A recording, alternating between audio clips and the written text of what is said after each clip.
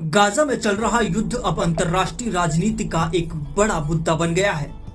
Britain, Canada, Japan समेत 28 देशों ने मिलकर एक संयुक्त बयान जारी किया है, जिसमें इजराइल से युद्ध रोकने और तुरंत सीजफायर की मांग की गई है।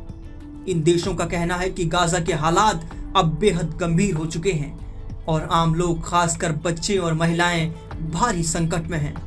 28 देशों ने कहा कि गाजा में आम नागरिकों को खाना, पानी और दवाइयों के लिए तरसना पड़ रहा है। इजराइल इंसानी मदद पहुंचाने में बाधा बना हुआ है। हाल ही में 800 से ज्यादा फिलिस्तीनी जो मदद लेने पहुंचे थे, वे मारे गए। ये स्थिति अब अंतर्राष्ट्रीय कानूनों का उल्लंघन है। इन देशों ने इजराइल से कहा कि उसे युद्ध तुरंत रोककर शांति की दिशा में कदम उठाने चाहिए और फिलिस्तीनियों को बुनियादी जरूरतों से वंचित नहीं किया जाना चाहिए। इन 28 देशों की मांग और खास तौर पर ब्रिटेन और कनाडा की धमकी को इजराइल ने पूरी तरह से खारिज कर दिया है।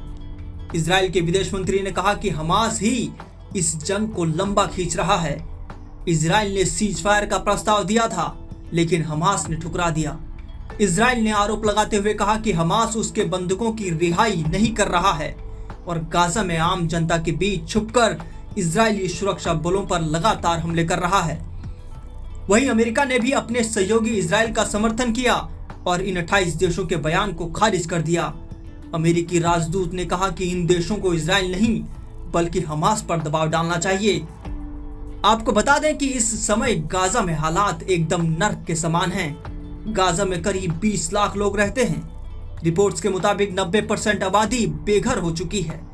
लोगों को खाना, पीने का पानी, दवाइयां और बिजली तक नहीं मिल रही है। गाजा हेल्थ मिनिस्ट्री का दावा है कि अब तक 59,000 से ज्यादा फिलिस्तीनी मारे गए हैं, जिनमें से अधिकतर महिलाएं और बच्चे हैं। संयुक्त राष्ट्र ने भी कहा कि ये आंकड़े विश्वसनीय हैं और गाजा में मानवीय संकट बहुत गंभीर हो चुका है। फिलहाल इजराइल पीछे हटने के मूड में नहीं है। अमेरिका उसका साथ दे रहा है, इसलिए अंतर्राष्ट्रीय दबाव का ज्यादा असर नहीं पड़ रहा।